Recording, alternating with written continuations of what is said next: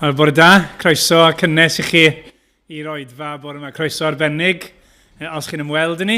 Mae'n hyfryd cael eich cwmni chi yn un dymuno byddwch chi a pob un ohono ni yn profi Duw yn agos ato ni wrth ni ymuno i'w addoli fe bore yma ac ar hyd y dydd. Fe chi'n gweld mae Emyr yn arwen ni yn y roedfa bore yma ac os dyw e'n mynd byddai'n arwen ni'n roedfa am 5 o'r gloch nes mlaen heddi.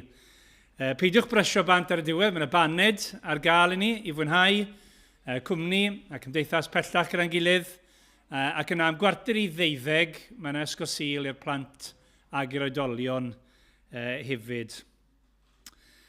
Wedyn, yn ystod yr wythnos, wel, diolch yn gyntaf i'r rhai bydd gyda'r dysgwyr ddo yn yr hyb yn Rhybaina. Yn edrych mlaen i glywed mwy am siadaeth hynny, ond diolch yn fawr am y gwaith na bore ddo.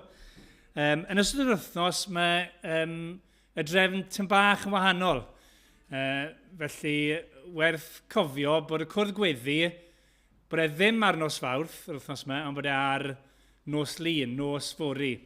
Ac y reswm ni newid fel chi'n gwybod, mae'n y grew o Oklahoma draw, fel sydd bob blwyddyn erbyn hyn, ond mae nhw'n treulio'r rhan fwyaf amser, roedd Emyr yn sôn wrthos diwetha yng Nghaerfyrddin, ond maen nhw yn mynd i fod gyda ni fori, ac felly ni'n mynd i gael cyfarfod gyda'n gilydd nos fori fan hyn am 6. Am 6 o'r gloch yr hwyr, felly cofiwch am hynny. Felly does dim cwrdd gweddi nos Fawrth, ond mae yna gyfarfod gyda UCCF i bobl sydd yn cefnogi y gwaith gyrmyfyrwyr. Chi'n cofio mae Fflir yn gwneud gwaith relay gyda nhw am flwyddyn yn Aberystwyth. Mae yna gyfarfod am y 7:30 yn Minster, os chi eisiau gwybod mwy am waith UCCF. Bore dydd Mercher, paned y sgwrs, ac yna cyfle i drafod emyn ar-lein gyda Wyn, nos Iau am 8. Amser paned fan hyn bore dydd Gwener, am 10 ar clybiau y plant gyda'r nos, fel arfer, ac yna bore dydd Sadwrn nesaf yn hun nia, mae yna fore i'r merched, felly cofiwch am hynny, am 10 fi'n meddwl hynny. Ond mae'r coeddiadau ar y sgrin. Cofiwch bod casgliad y mis yn mynd at waith y banc bwyd. Ni'n ymuno gyda Eglwys Emmanuel Gybalfa yn casgliad y banc bwyd, yn ath gwydio'n ddanfod neges, fi'n meddwl, o'r holl nwyddau neu eitemau sydd angen i casglu ar gyfer y gwaith yna. Felly cofiwch am hynny ar gyfer casgliad y mis. Ac yna, wythnos nesaf, os dyw e'n mynd, fydd Meirion yn arwen yr oedfa yn y bore, ac yna Ilan Tricker yn arwen yr oedfa am 5 y prynhawn. Fi'n meddwl felly, mae dyma'r trolar i Sul am rhywfaint byddwn ni'n gweld Emyr, a mae Emyr yn mynd i dde Corea just dros wythnos, felly ni'n cofio amdano ti Emyr ac yn gweddio am bendith Duw arno ti ar y daith hwnnw.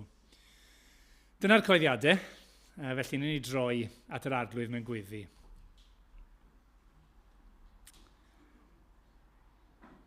O arglwydd Dduw, ni'n diolch i ti am y fraint sydd gyda ni nawr i ddod gyda'n gilydd i'th addoli di. Ni'n ymwybodol bod dim byd mwy gwerthfawr gallwn ni fod yn wneud gan ein hamser bore yma na dod gyda'n gilydd i'th addoli di. Ac arglwydd, ni'n diolch i ti bod e'n bosib trwy yr arglwydd Iesu Grist, trwy i fywyd cyfiawn i farwolaeth yn ein lle ni, a'i atgyfodiad Ac arglwydd, ni'n gweddio heddi bydde ni'n gweld mwy o Grist. Bydde fe yn cael ei ddyrchafu, nid yn unig yn yr oedfa, ond yng nghalonnau pob un ohono ni. Ac ni yn gweddio arglwydd, bydde'r gair yn ni glywed heddi. Ni'n ymwybodol bod dy air di, ar hyn ni'n i dderbyn o dy air di, o werth tragwyddol i ni. Ac ni yn gweddio, byddwn ni yn yn profi gweld ffrwyth o'r hyn i ni'n ei dderbyn heddi wrtho ti. Arglwydd ni'n diolch i ti yn aml bod dy waith di yn dawel yno ni, yn dwy'n ffrwyth, ac o Dduw, ni'n gweddio am hynny heddi, a bydde hynny lles i ni, ac mawl a chlod i'r arglwydd Iesu Grist, ac mwyn achubiaeth fwy o bobl i'th deyrnas ti. Arglwydd felly, ni'n pwyso arna ti, yn disgwyl am waith dysbryd yno ni, a bydde'r cyfan gogoniant i ti. Amen. Ni'n mynd i ganu emyn, cyfarwydd, syml iawn i ddechrau. Rhif 45 yn y llyfr, ond bydd ar y sgrin. Diolch i ti, yr holl alluog Dduw am yr efengyl sanctaidd. Pan oeddem ni mewn carchar tywyll di, rhoes di'n oleuni nefol. O aid, yr hyfryd wawr ar led, goleued ddeiar lydan. Halleluia, halleluia, halleluia. Amen. Nawn ni sefyll i ganu mawl a diolch i'n Duw ni.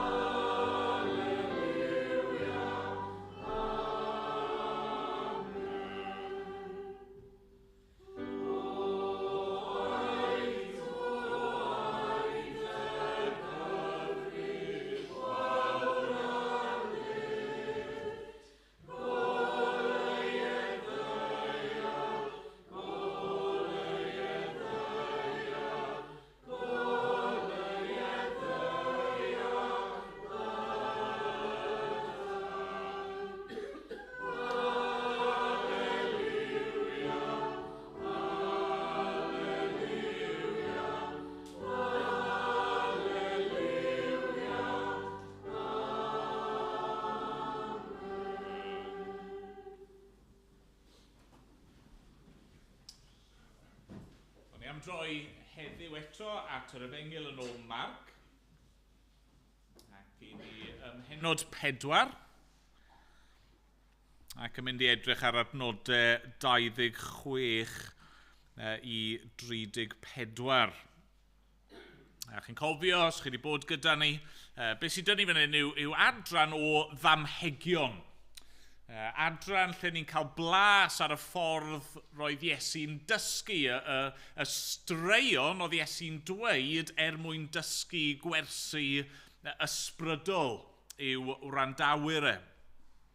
A felly, wnaethon ni ddechrau efo dameg yr heiwr, a clywed am gair Duw yn cael ei hau fel had, a yr effaith oedd hynny'n cael yng nghalonau pobl, yr ymateb gwahanol sydd i deyrnas Dduw. Yna, y tro diwetha, yn yr adran ganol, wnaethon ni weld darlun yn newid bach, a'r tro yna darlun o oleuni, a'r effaith mae goleuni teyrnas Dduw yn ei gael y mywyd person a'r bobl o'i cwmpas nhw. Heddi, yn yr adnodau ni'n edrych arnyn nhw bore yma, ni'n mynd i glywed eto am y deyrnas a'r ffordd mae'r deyrnas yn tyfu. Y ffordd mae'r deyrnas yn lledu. Felly, gadewch i ni ddarllen Marc, pennod 4, dechrau'n adnod 26. Dyma air Duw. Meddai Iesu, fel hyn y mae teyrnas Dduw. Bydd dyn yn bwrw'r had ar y ddaear. Ac yna nos a chodi'r dydd. A'r had no, ac yn tyfu mewn modd na sgwyr ef. Ohoni ei hun, mae'r ddaear yn dwyn ffrwyth. Eginyn yn gyntaf yna tywysen, yna id llawn yn y dywysen. A phan fydd y cnwd wedi aeddfedu, mae'n bwrw iddi ar unwaith gan fod y cynheuaf wedi dod.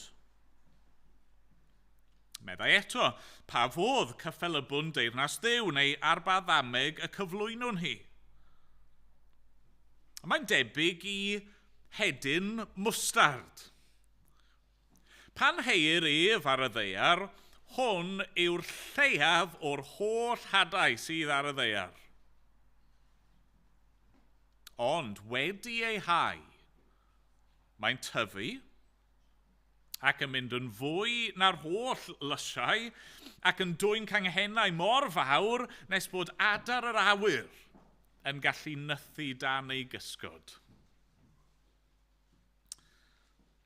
Ar lawer o'r fath amhegion, roedd ef yn llefaru'r gair wrthynt, yn ôl fel y gallent wrando. Heb ddameg ni byddai'n llefaru dim wrthynt. Ond o'r neilltu byddai'n egluro popeth i'w ddisgyblion ei hun. Amen. Diolch i Dduw am ei air. Ni'n mynd i gael stori i'r plant nawr, os yw'r plant eisiau dod ymlaen.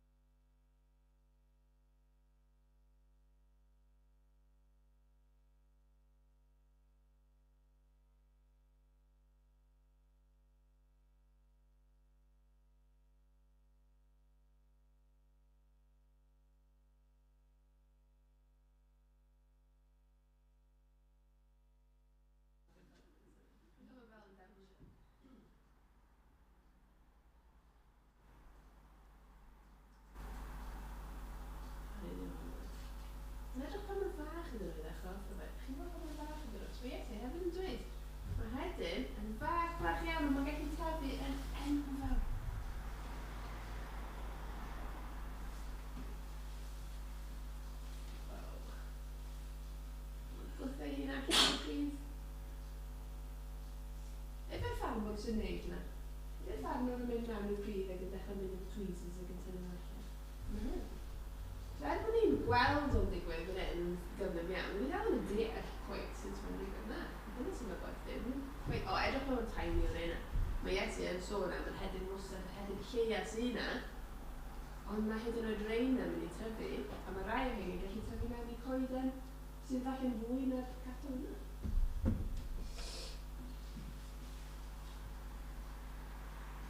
Ond mae hyn yn tomatos.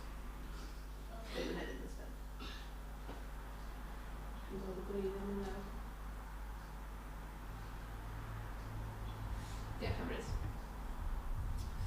Felly, fel ni'n gweld, dyn ni ddim cweit yn deall, a mae o'n digwydd yn mor araf ni ddim yn gallu gweld o. A mae eisiau ni cofio pan mae Duw yn gweithio, dy ddim yn gweithio fel ni'n disgwyl fel weithio, a falle bod yn dod o draws yn rhyfedd, a mae Duw yn gweithio. So felly, os ydych chi'n teimlo'n drist weithio, bod pobl ddim yn credu be ni'n credu, neu ddim yn dod at Iesu Grist, mae eisiau ni cofio, ond mae Duw yn cynllun, a mae Duw yn addo bod Duw yn mynd i tyfu'r gwaith ni'n eisiau ni.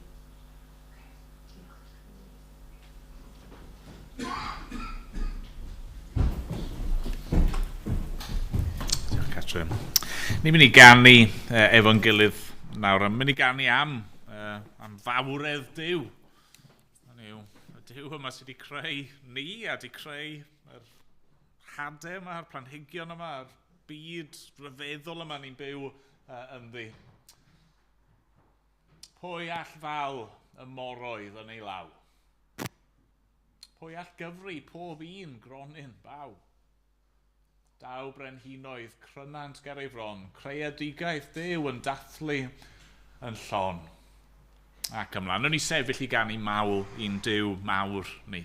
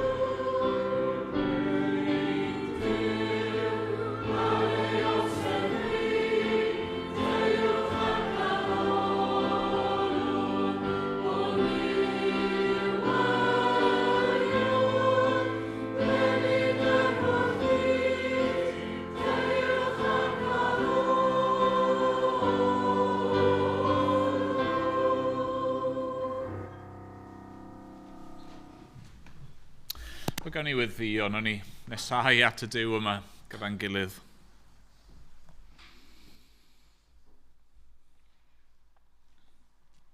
O arglwydd, rydyn ni yn diolch mai ti yw ein Duw. Ti y Duw mawr. Ie, holl a lluog a yr unig ddoeth Dduw. Yr un sydd goruwch pob peth arglwydd, pwy ond ti all dal, wel, y greadigaeth yn dy law. Pwy all, roi cyngor i ti, na arglwydd mae dy feddyliau di yn uwch, na'n meddyliau ni. Mae'n diolch bod ni'n gweld rhywbeth o dy fawredd a dy nerth di. Yn y byd o'n cwmpas ni. Yn y greadigaeth hardd.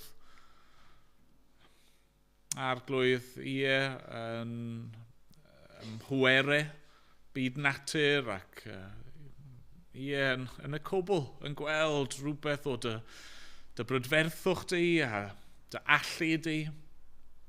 Dy bod ti'n ddiw sydd efo cynllun, dy bod ti'n ddiw manwl, dy bod ti'n ddiw byw,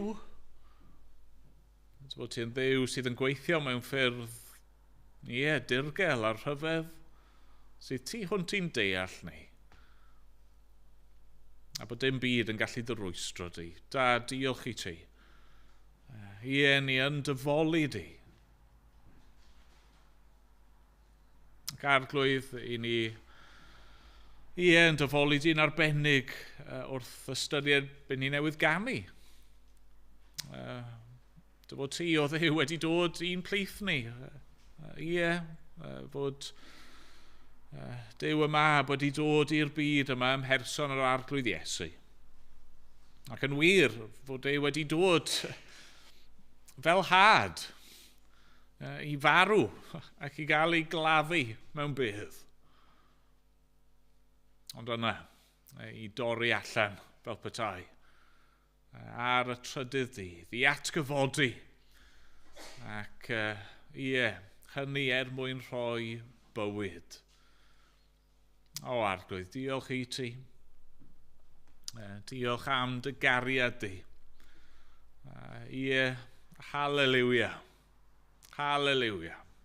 Rydyn ni yn dy ganmol di y bore yma. Can diolch i ti am yr efengil yma sydd gennym ni. Diolch fod llawer ohono ni yma'r bore yma yn gallu tystio i dy waith di yn ein bywydau ni. Ac arglwydd, ni'n gweddio felly unwaith eto o aid, yr hyfryd wawr ar led. Arglwydd i'n eisiau i'r byd i gyd i weld dy oleuni di. Rwy'n eisiau, i dy air di i gael ei hau yn eang yn y byd yma. Ac i ddwy'n llawer o ffrwyth a'r cwbl gogoniant i ddenw mawr di. O arglwydd, ni'n gallu digaloni ar adegau, os ni'n onest, wrth i ni feddwl am ein bywydau ni'n hunan, ac yn lleid o ffrwyth efallai sydd yn byna. Ac wrth i ni edrych ar ein heglwys ni, ein dinas ni, a'n gwlad ni, ac wrth i ni edrych ar y byd, mae'n gweld cyn lleid o ymateb ac yn lleid o ffrwyth. O da, diolch dy fod ti yn teyrnasu. A fod dim byd yn gallu rwystro dy gynlluniau a dy fwriadau di. Yn arglwydd felly ni'n dod a ni'n taflu'n hunan yn ostyngedig wrth dy draed di ac yn gofyn i ti weithio. Ac arglwydd ni'n diolch ein bod ni'n gwybod yn barod byddi di yn ateb y weddi hwnnw. Ti ar waith. A ti yn mynd i weithio, a ti yn mynd i lwyddo dy waith. Deled dy deyrnas arglwydd, deled dy deyrnas. Yn ein dydd ni, os gweli di fod yn dda. Dad, i ni, diolch i ti bod gen ti dy bobl di ar draws y byd. Ni'n diolch yn arbennig y bore yma am y criw yma o America sydd wedi cymryd o'i hamser nhw, eu gwyliau falle, a di roi eu harian nhw i ddod am ei bod nhw yn dygaru di ac am bod nhw rhyw ddiddordeb ac ryw gynsyrn dros Gymru a'r gwaith rwy ti'n ei wneud yma. Da, ni'n diolch bod nhw wedi cyrraedd yma'n saff o'r diwedd y ddoe a yn gweddio y bydde dy lawd i arnyn nhw dros yr wythnos nesaf yma, yn bendithio'r hyn maen nhw yn ei wneud draw yng Nghaerfyrddin a arglwydd, ni'n gweddio byddwn ni'n cael bendith o gwrdd â nhw. Arglwydd, diolch bod y waith di yn fwy, cymaint yn fwy, na just yn eglwys bach ni. Arglwydd, diolch fod na. Tyrfa, dirifedi o bobl sydd yn dygaru di. Dad, ond i ni'n gweddio am fwy. Mwy. Os gweli ti fod yn dda. Dad, ni'n gweddio hyn yn dy enw di ac mwyn dy enw mawr di. Dad, clywyn gweddi, felly, am ein bod ni'n dod yn heiddiant yr arglwydd Iesu Grist. Amen. Amen. Ni'n mynd i ganu o'r atodiad nesaf. Rhif 53.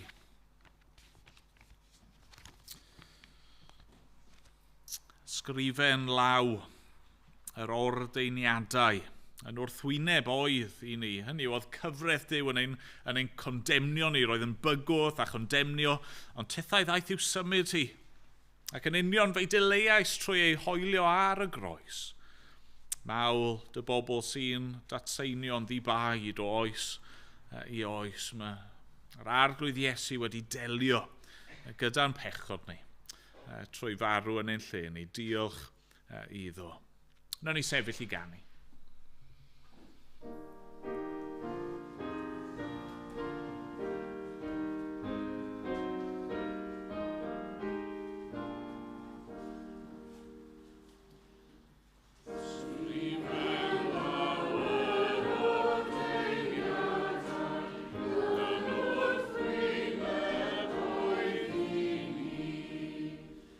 Oedden glybwdd a chawden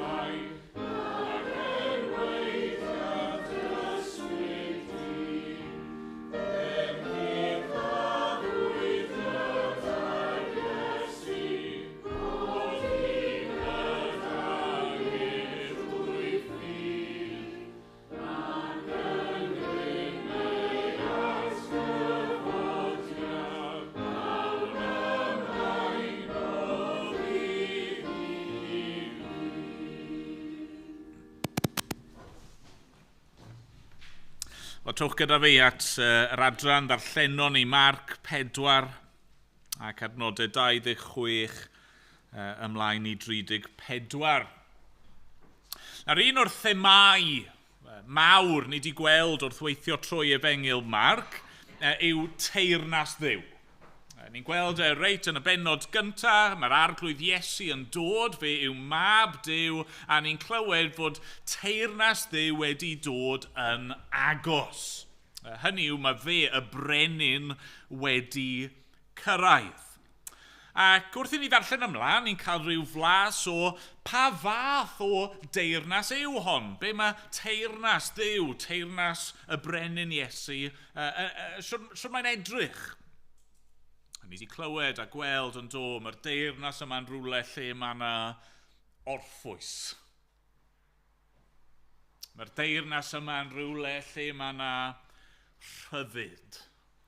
Mae'r deyrnas yma'n rhywle lle mae yna gyflawnder a iachad. A mae'r deyrnas yma'n rhywle lle mae yna faddeuant a bywyd tragwyddol i'w gael. A nawr, yn Mhenod 4, ni wedi gweld Iesu'n dysgu am y deyrnas. A'r prif ddarlun mae'n defnyddio fan hyn yw hadau. Yndyfe? Hadau'n tyfu. Mae wedi ymddangos sawl gwaith yn yr adran. A mae hynny yn ei hun yn bwysig, yn dydy? Mae'n dangos rhywbeth i ni am y deyrnas. Mae teyrnas Dduw mewn gymaint o ffyrdd fel hadau yn cael ei hau ac yn tyfu. Mae teyrnas Dduw yn rhywbeth byw. Dydy teyrnas Dduw ddim yn rhywbeth marw, static, oeraidd, boring. Mae teyrnas Dduw yn un wnaethon ni weld y fideos yna gynted o, mae yna rhywbeth rhyfeddol yn mynd mlaen fan hyn. Rhywbeth organig, rhywbeth byw. Mae'r deyrnas yn rhywbeth sydd yn ei hanfod yn tyfu ac yn lledu ac yn estyn allan. Mae'r deyrnas yn rhywbeth sydd yn cael ei phlannu mewn calonnau unigol ac yn tyfu ac yn dwyn ffrwyth, ond yna yn lledu drwy'r gymdeithas a drwy'r byd. A mewn ffordd, dyna yw pwyslais nawr y ddwy ddameg olaf yma. Sut mae'r deyrnas yn lledu? Sut mae teyrnas Dduw yn ymestyn allan? Siwr mae hwnna'n mynd i ddigwydd? Siwr mae hwnna'n mynd i edrych yn ni ac yn y byd o'n cwmpas ni? A fi eisiau ni edrych ar y ddwy ddameg olaf yma gyda'i gilydd. Gallwn ni di ystyried nhw ar wahân wrth gwrs, achos maen nhw'n ddamhegion unigol, a maen nhw yn dysgu pethau, maen y bwyslais bach yn wahanol. Ac eto, mae yna dipyn o orgyffwrdd, ac a gweud y gwir, fi'n meddwl pan chi'n cymryd nhw gyda'i gilydd, maen nhw'n dangos rhywbeth hyd yn oed yn llawnach, os mae hynny'n gwneud synwyr.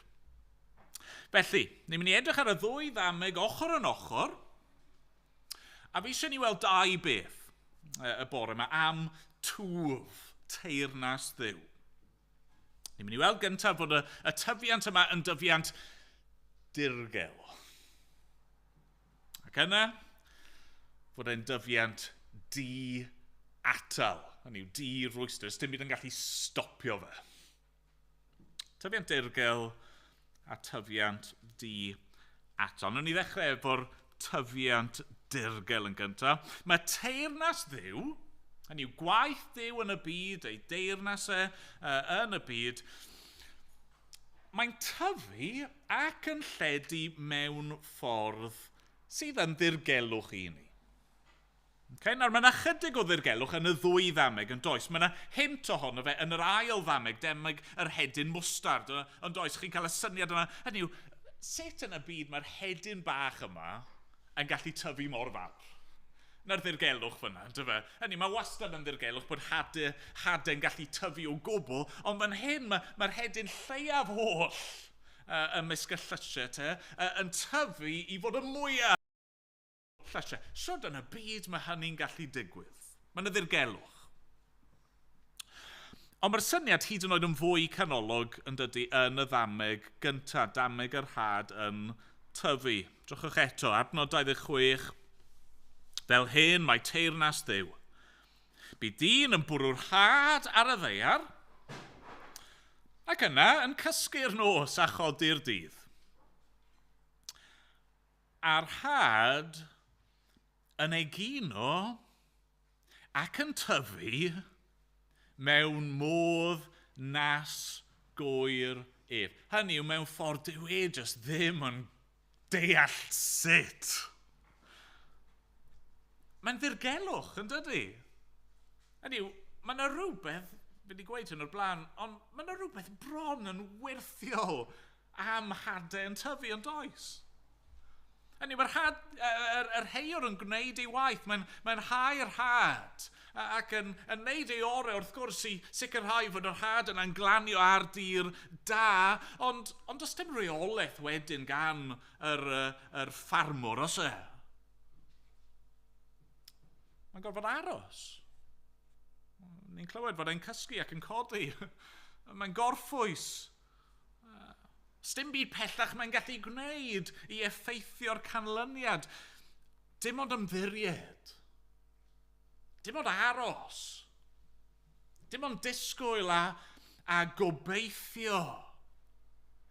Hynny, mae hau'r had yn weithred o ffydd. Ffydd y bydd na rhywbeth yn tyfu yn y pen draw bod yr heiwr neu'r ffarmwr ddim yn gallu gorfodi hynny ei hunan.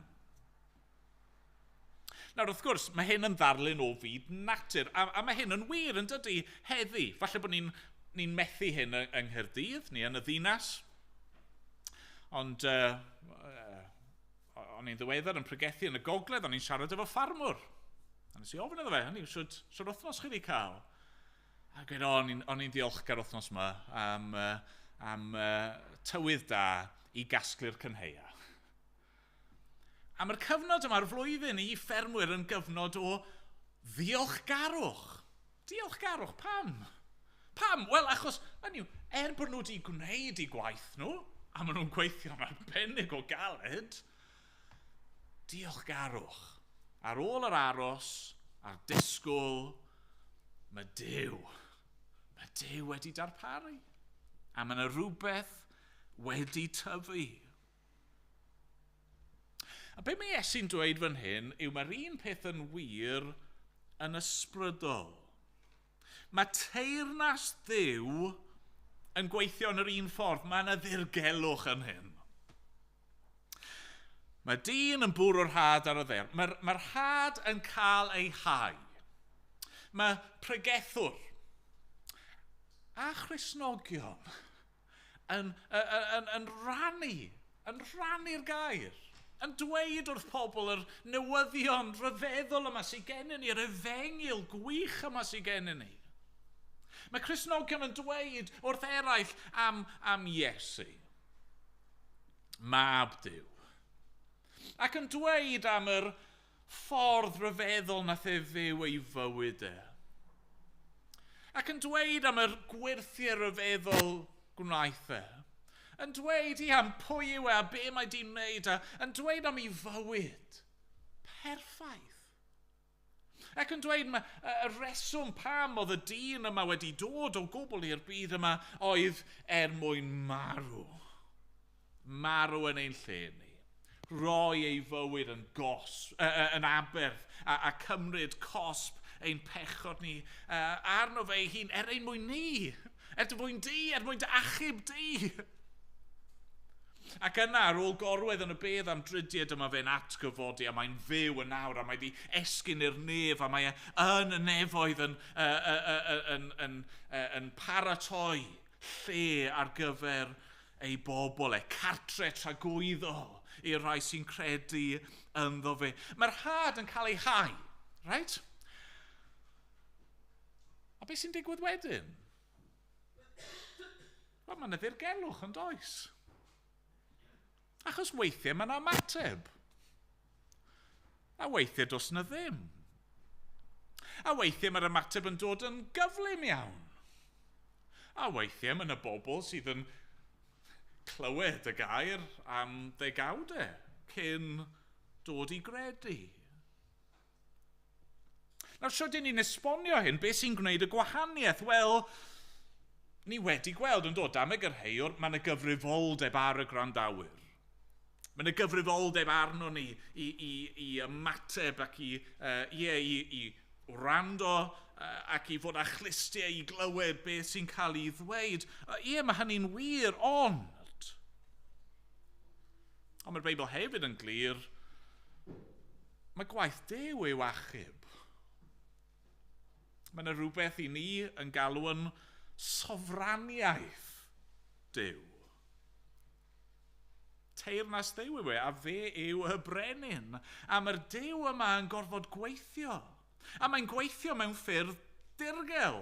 Ffyrdd i ni ddim yn gallu gweld yn allanol. Mae'n dod i fewn i'n calonau ni ac yn ein hailenni ni.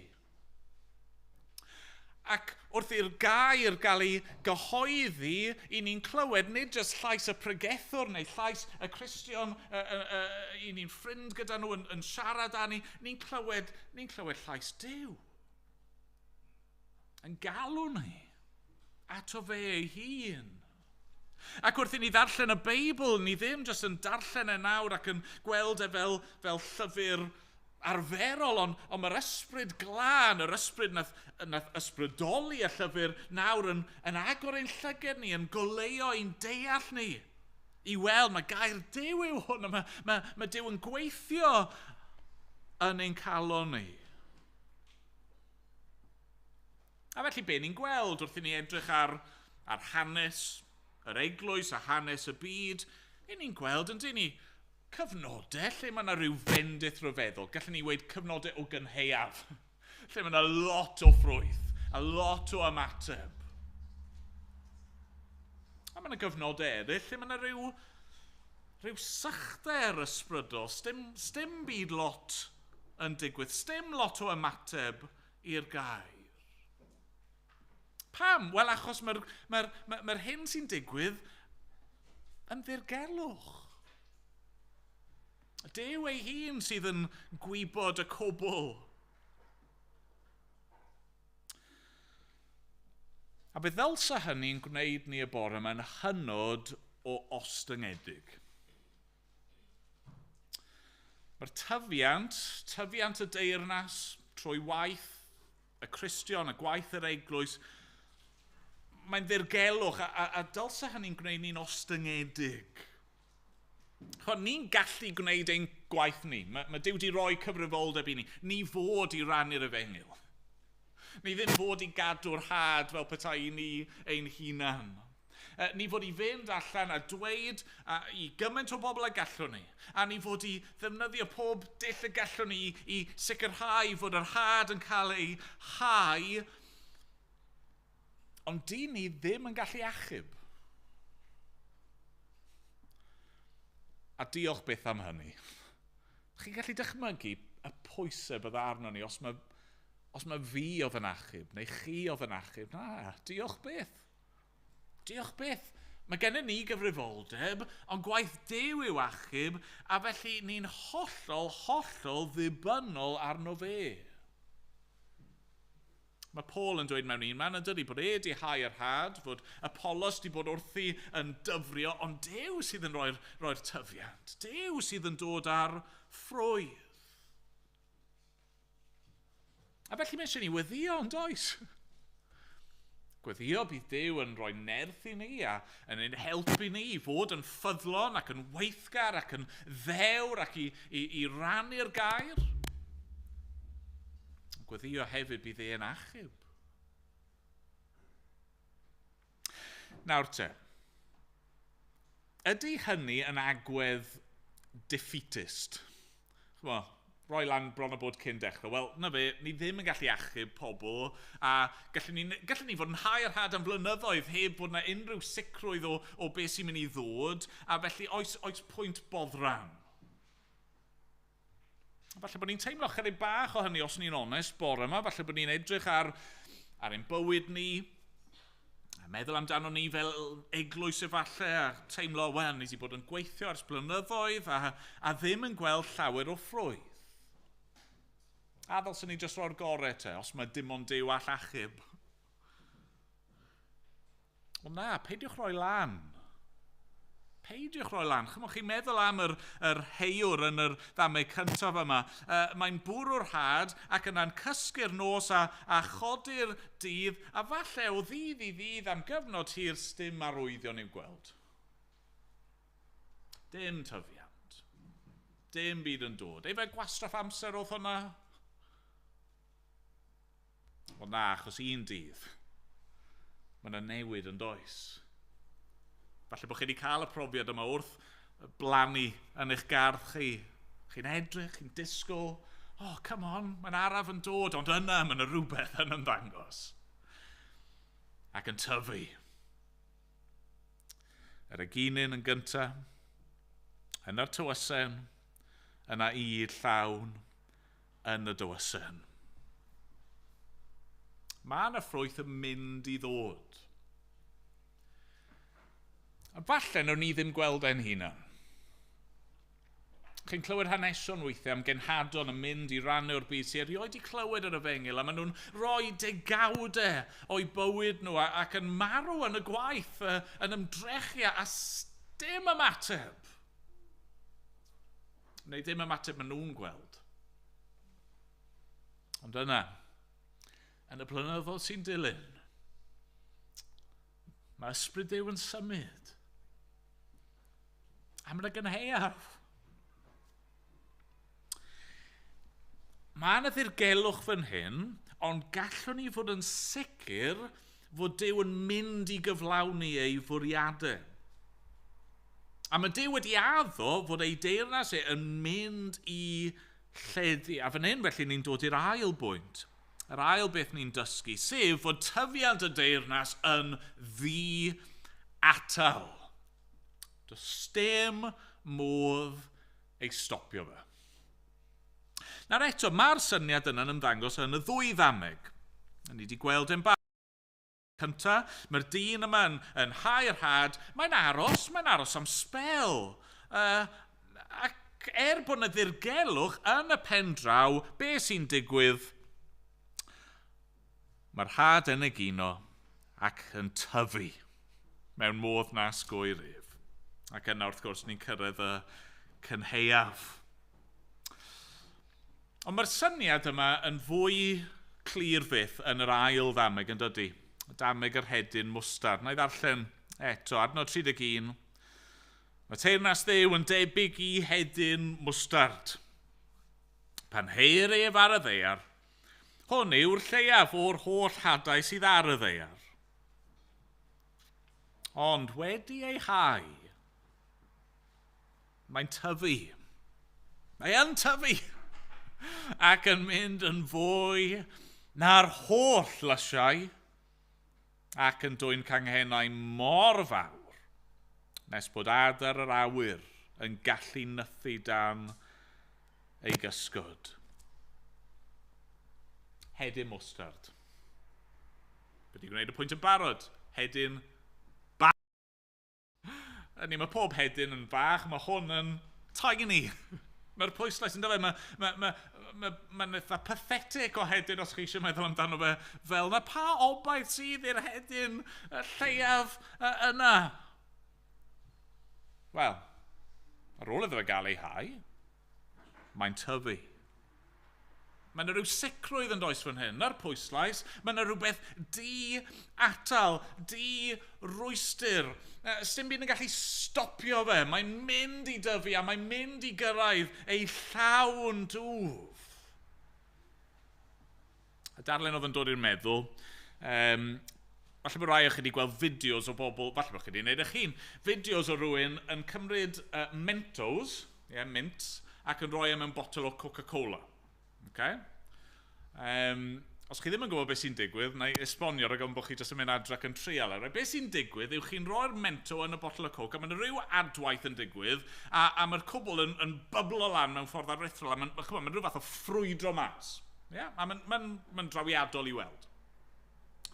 O beth sy'n ffynnu, chi'n cael ambell fideo lle mae rhywun yn gweld hyn yn digwydd, maen nhw eisiau stopio fe, a'r ffordd maen nhw'n trial stopio fe yw rhoi ceg nhw dros top y botel. A beth sy'n digwydd? Wel, maen nhw'n benni lan efo Coca-Cola yn dod mas o'i trwy neu clustiau mas o bob man, achos chi methu stopio fe.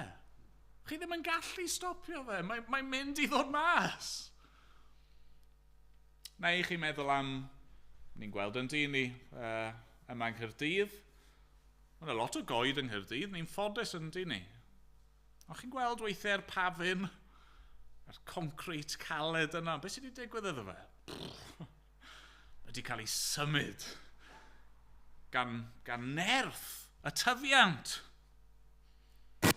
A dyna mae Iesu'n dweud am y deyrnas yma. Y deyrnas yma sydd yn tyfu mewn ffordd mor ddirgel, a weithiau'n gyflym, weithiau'n araf. Mae yn tyfu, a mae'n mynd i dyfu, a sy'n byd yn gallu stopio fe rag tyfu. Nath teyrnas Dduw ddechrau, na ni weid fan hyn, mor fach yn do. Iesu Grist, grŵp bach o ddilynwyr, criw bach. Yng ngolwg y byd, pathetic. Dinod. Dim byd gallu dod o hyn. A mae Satan, a pwerau'r tywyllwch, a'r arweinwyr crefyddol, a Pontius Pilate, a'r brenin Herod, maen nhw'n cynllwynio'r pwerau mawr yma yn trial ei gorau i roi taw ar Iesu a'i ddysgeidiaeth a'i ddilynwyr. A maen nhw'n lladd yr arglwydd Iesu Grist. Ac yn ei roi mewn bydd. Beth sy'n digwydd? Mae'r had yn tyfu. Chi'n methu stopio fe. Maen nhw'n erlyd wedyn yr apostolion a'r credinwyr cyntaf yna. Y tader eglwys, y Cristnogion cynnar ac yn trial ei gorau i stopio yr newyddion yma a'r stori yma rhag lledu, ond beth sy'n digwydd? Mae'r had yn tyfu. Ac yn ara deg o wlad i wlad, o genhedlaeth i genhedlaeth, mae yr Efengil yn mynd allan ac yn cynyddu, mae'r had yn tyfu. A hyd yn oed heddi, chi'n mynd i rannu o'r byd, Gogledd Corea, ac Saudi Arabia, ac Iran. Ni'n gweddio amdano nhw'n gyson ar nos Fawrth. Rannu o'r byd lle, os ych chi'n Gristion, mae'ch bywyd chi mewn perygl. Maen nhw'n trial stopio y deyrnas rhag tyfu. Maen nhw'n carcharu ac yn poenydio ac yn lladd pobl Dduw. Maen nhw'n trial rhoi taw ar yr Efengil. Maen nhw yn rwystro copïau o'r Beibl a yn trial stopio pethau ar y we neu dros y radio neu beth bynnag. Unrhyw ffordd maen nhw'n gallu, ond chi'n gwybod beth sy'n digwydd? Mae'r had yn tyfu. Mae'n y ddybyniad enwog yn does. Un o'r Cristnogion cynnar yma yn dweud fod gwaed y merthyron yn had. Hynny fod gwaed y rhai sydd yn rhoi bywydau nhw ac yn dioddau dros yr Efengil fel had. Mae'r had yn tyfu. Mae'r deyrnas yn mynd i dyfu, fel hedyn mwstard, nes ei bod hi yn plenwi'r ddaear. A chroeso, fel mae Iesu'n dweud fan hyn i adar yr awyr, i holl bobloedd y byd i ddod i nythu dan gysgod eich anghennau. Mae'r croeso yna bore yma, i chi ac i fi. Os chi ddim yn Gristion eto, dewch nawr. Mae'r deyrnas yn tyfu a mae yna gysgod i chi, mae yna loches i chi, mae yna rhywle saff a diogel i chi. Mae yna le i chi yn y deyrnas yma, bore yma. Ond cofiwch, sdim byd gall unrhyw un wneud yw stopio fe. A felly, fe ddylswn ni fod yn hyderus. Right? Mae'r tyfiant yn ddirgel, a felly mae eisiau ni fod yn ostyngedig. Ond mae'r tyfiant yn ddiatal, a felly gallwn ni fod yn hyderus. Fe ddylse fod rhyw frwdfrydaeth. Fe ddylse fod rhyw egni. Fe ddylse fod rhyw sicrwydd gan y Cristion. Mae pob teyrnas arall yn y byd yn dychwelyd i'r llwch. Right, mae rai o'r teyrnasoedd mwy a hanes, dyna ydyn nhw erbyn hyn, llwch ac adfeilion. Ac yr un peth sydd yn mynd i wynebu pob teyrnas arall, ond am y deyrnas hon. Achos mae teyrnas Duw, teyrnas yr arglwydd Iesu Grist, yn deyrnas bywiol, tragwyddol. O, mae'n y ddirgelwch am sut a phryd, ni ddim yn gwybod beth yn union fydd yn digwydd yn ein dydd ni ac yn ein gwlad ni, ond mae'r diwedd y stori, yn sicr ac yn ddiatal, mae'r cynheuaf yn dod. Felly bore yma, mae teyrnas Dduw yn gallu tyfu yn eich calon chi. Chi'n gwybod hynny? Wrth i chi osod eich hunan dan sŵn y gair, mewn ffordd dirgel, falle digon araf ar y degau, mae Duw eisiau gweithio yno chi mwyn dod â ffrwyth.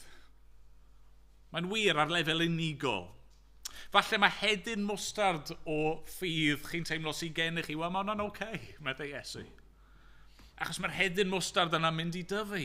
Ac os ych chi yn rhoi eich ffydd chi yn yr arglwydd Iesu Grist, fe sydd yn bwysig, gwrthrych eich ffydd chi. Ac yn y pen draw, mae'r hedyn yna sydd wedi hau yno chi, yr hedyn yna sydd yn tyfu mewn ffordd ddigon dirgel ac araf, yn y pen draw. Mae'n mynd i gyrraedd ei lawn dwf. A diolch beth, mae'r un peth yn wir i ni fel eglwys. A mae'r un peth yn wir am waith Duw yn ein byd ni. Chymod, ni'n edrych o gwmpas a mae pethau'n edrych yn anodd yn dyn nhw. Mae yna rhyw galedwch wedi bod yma yng Nghymru a mewn rhannu o'r byd. A mae pwerau y tywyllwch i weld mor gryf yn dal i fod, ond mae'r had yn tyfu. Mae'n mynd i gyrraedd ei llawn dwf. Mae'r cynheuaf yn dod. Diolch. Diolch i Dduw. Amen. Amen. Gawn ni air o weddi. O, arglwydd, ni'n diolch i ti am y pethau hyn.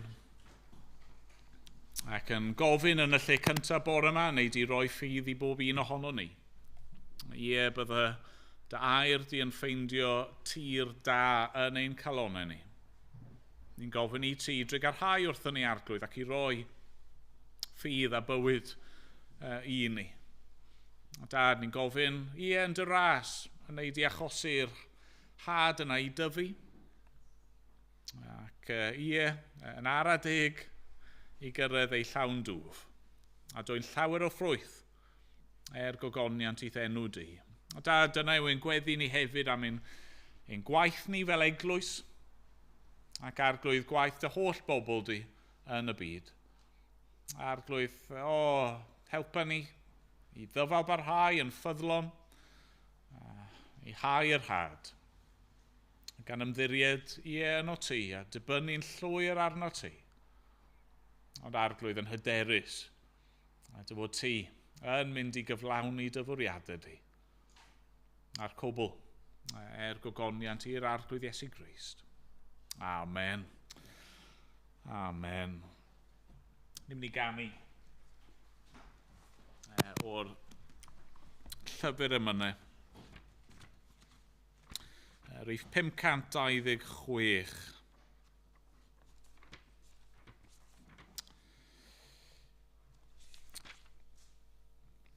5-2-6. Fi beth cweit yn siŵr efo'r emyn yma. Mae yna ostyngeidrwydd yn yr emyn, ond oes sgwelir fi bechadur. A mae'n iawn i fod ag ostyngeidrwydd, a weithio ni yn meddwl am ein bywydau ni o. Sa'i di dwy'n llawer o ffrwyth. Fi ddim di tyfu fel y byddwn ni di gobeithio. Ac eto, mae'r cwestiwn gallu bod yn hyderus, a falle bydde fe'n well dweud pan welir fi, ond na fe. Os gwelir fi bechadur, rhyw ddydd ar ben fy nhaith, rhyfeddo fydd y canu a newydd fydd yr iaith, yn seinio buddugoliaeth am iachawdwriaeth lawn, heb ofni colli'r frwydr na bore na ffrynhawn. Ac ymlaen, nhw'n ni sefyll i ganu.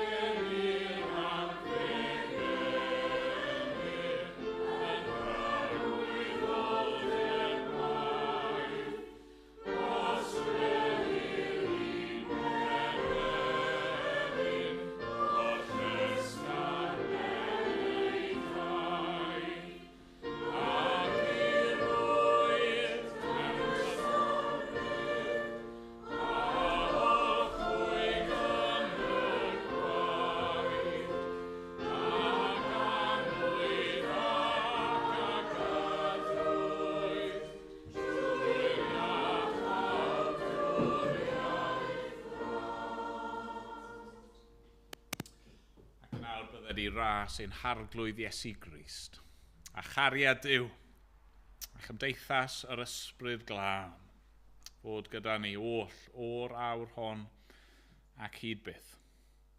Amen.